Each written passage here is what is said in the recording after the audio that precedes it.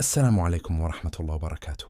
موعد مباراة نادي الاتحاد ونادي النصر في دوري روشن السعودي الجولة 30، وتبدأ يوم الأربعاء الموافق 7 من شهر مايو، وتبدأ في الساعة 9 مساء على ملعب الأول بارك. المواجهات المباشرة بين الناديين: نادي الاتحاد 8 انتصارات، نادي النصر 3 انتصارات و4 تعادلات بين الناديين. ويقع نادي الاتحاد في ترتيب الدوري السعودي في المركز الأول برصيد 68 نقطة، ويقع نادي النصر في ترتيب الدوري السعودي في المركز الثالث برصيد 60 نقطة. واستنقل المباراة على قناة SSC Sport HD1، ويكون معلق المباراة فهد العتيبي. ولا تنسى الاشتراك في القناة ليصلك كل جديد.